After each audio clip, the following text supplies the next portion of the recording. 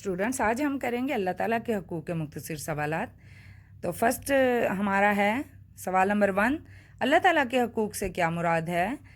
इसका जवाब है अल्लाह ताला के हकूक़ से मुराद वो फ़राइज़ हैं जो अल्लाह ताला की तरफ से इंसानों पर आयद होते हैं।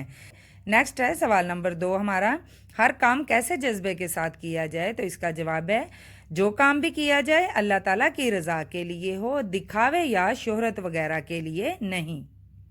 सवाल नंबर 3 है हमारा, अल्लाह ताला का सबसे बुनियादी हक बंदों पर क्या है। तो इसका जवाब है अल्लाह ताला का बंदों पर सबसे बुनियादी हक ये है कि अल्लाह ताला की ज़ात को एक माना जाए और सिर्फ इसकी इबादत की जाए। ठीक है। सवाल नंबर 4 है, हमें सबसे ज़्यादा मोहब्बत किससे करनी चाहिए। तो इसका जवाब है अल्लाह ताला का बंदों पर हक है कि वो सबसे ज़्यादा अल्लाह ताला से मोहब्बत करें। सवाल नंबर 5 है, अल्लाह ताला का ज़िक्र किस तरह किया जाए।